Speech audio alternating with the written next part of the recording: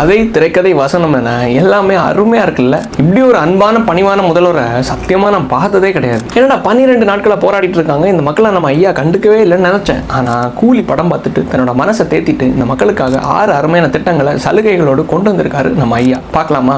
வேலை பார்க்குற துப்புரவு பணியாளர்களுக்கு இலவச காலை உணவு திட்டம், இலவச வீட்டு வசதி திட்டம், இன்சூரன்ஸும் கூட, அதாவது 5+5 10 லட்சம் ரூபாய்க்கான காப்பீடு, சுய தொழில் செய்து முன்னேறதுக்காக மானியத்தோட கடன் உதவி திட்டம், இவங்களோட பிள்ளைங்க காலேஜ் படிக்கும் போது அவங்களோட படிப்பை ஊக்குவிக்கிறதுக்காக இலவச உதவித்தொகை திட்டம். ஒருவேளை பணியில இருக்கும்போது இந்த மக்கள் யாராச்சும் துரதிருஷ்டவசமா இறந்துட்டாங்கன்னு வைங்களேன், கிட்டத்தட்ட 10 லட்சம் ரூபாய்க்கான நிவாரணம் என பல சலுகைகளை அள்ளி கொடுத்துருக்காரு நம்ம ஐயா. ஆனா இதுல சோகம் என்னன்னா, இந்த சலுகைகள் எல்லாம் இவங்களுக்கு தானான உத்தரவாதம் கிடையாது. எப்படி ஆளை ரெடி பண்ணி ஸ்கிரிப்டையும் கொடுத்து பணத்தையும் கொடுத்து மண்டைக்கு மேல இருக்கிற கொண்டையை மறந்தது மாதிரி மைக்கை தட்டி விட்டு போர்டால மறைச்சி மேயர் பிரியாவும் சேகர் பாபுவும் ஐயாவுக்கு நீங்க இப்படி ஜாலரா போடுங்கன்னு எந்த மக்களுக்கு சொல்லி கொடுத்தாங்களோ, அப்படி ஸ்கிரிப்டை வச்சு போராடின மக்களுக்கும் இந்த சலுகை கிடைக்குமான்னு கேட்டா உத்தரவாதம் கிடையாது. அதுக்கான முக்கிய காரணம் என்னன்னு சொல்றேன். டீ குடிக்கிற கேப்லயோ இல்ல வடை சாப்பிடுற கேப்லயோ எந்த ஒரு இடத்துலயும் மேயர் பிரியா அவர்களும் சேகர் பாபு அவர்களும் இல்ல மு.க. ஸ்டாலின் அவர்களும் இந்த துறை பிரைவேட்டுக்கு கொடுக்கப்பட மாட்டாதுன்னு சொல்லவே இல்லை. இதையும் தெளிவுபடுத்திக்கோங்க.